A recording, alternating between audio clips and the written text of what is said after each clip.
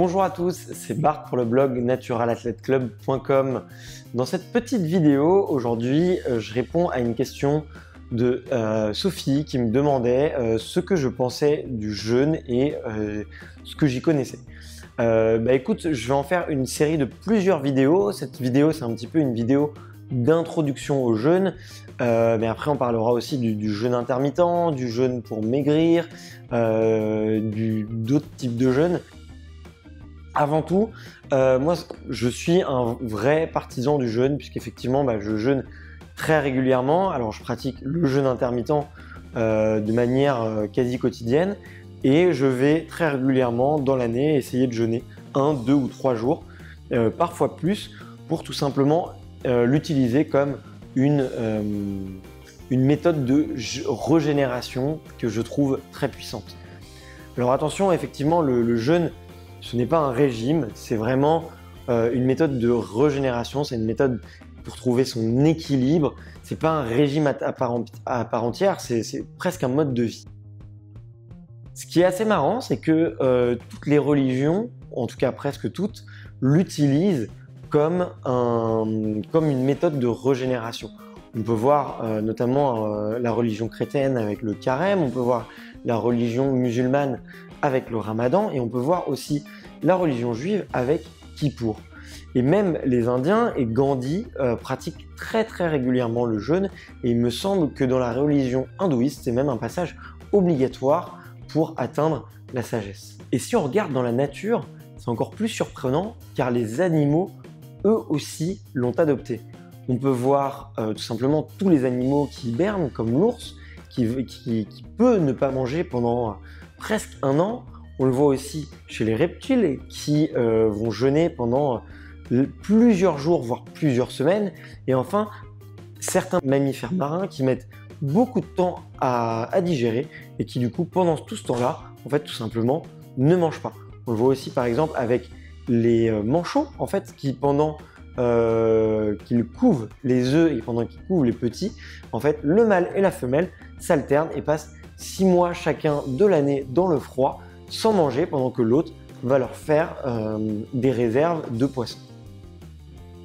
On peut remarquer 3 types de jeûnes et c'est un petit peu chaque type de jeûne permet de se débarrasser d'un certain type de déchets et en fonction du type de déchets dont vous voulez vous débarrasser, c'est comme ça que vous allez choisir le jeûne qui vous convient le mieux tout simplement.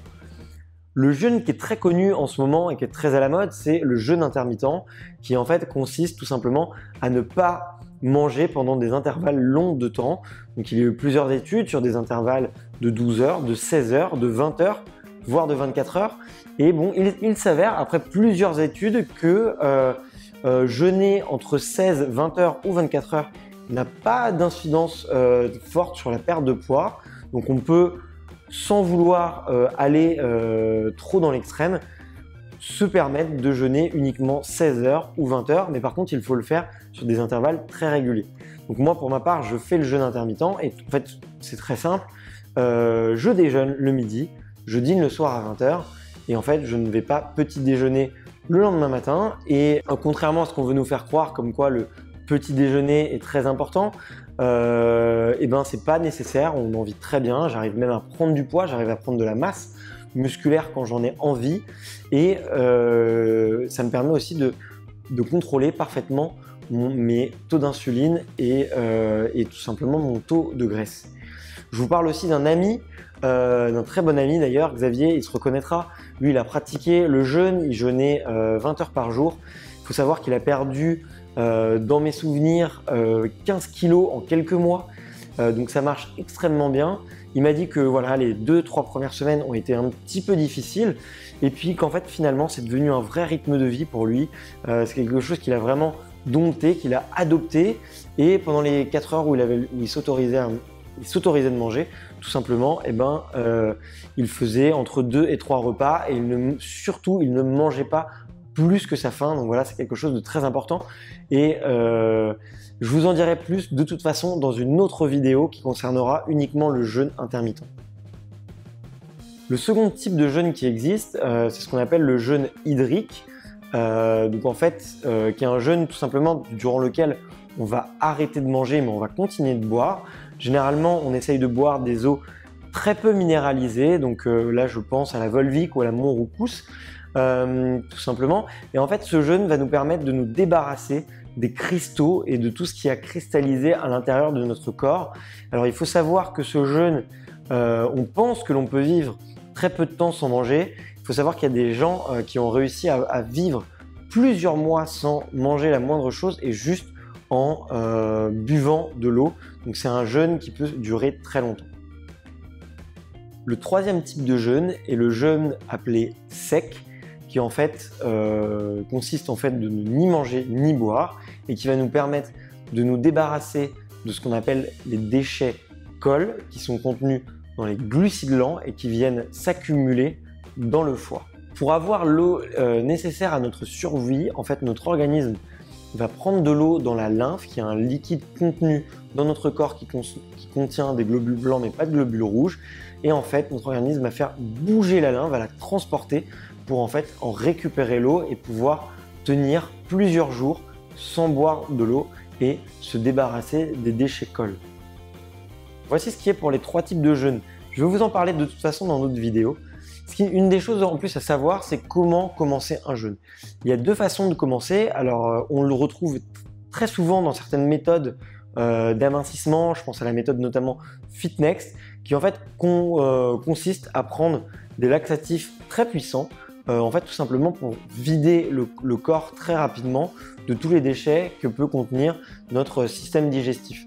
Donc ça, c'est quelque chose des fois qu'on oublie, qui est très souvent demandé avant les stages de jeûne qui peuvent durer une semaine. Donc très généralement, on vous prévient avant que vous allez prendre des diurétiques et des laxatifs. Une autre façon de commencer plus en douceur, c'est tout simplement en fait de réduire, d'apprendre à son estomac à réduire sa taille. Et moi, comment est-ce que je le fais? Je le prends en passant petit à petit, en supprimant tout ce qui va être protéines lourdes à digérer. Alors il faut savoir que moi je suis végétarien, donc je vais surtout me débarrasser d'autres types de protéines, que je vais ensuite me concentrer sur uniquement des légumes et plus particulièrement des légumes verts. Et le dernier jour, je vais m'alimenter que de jus de légumes et de bouillon de légumes. Et ensuite, je vais commencer généralement un jeûne hydrique durant 2-3 jours.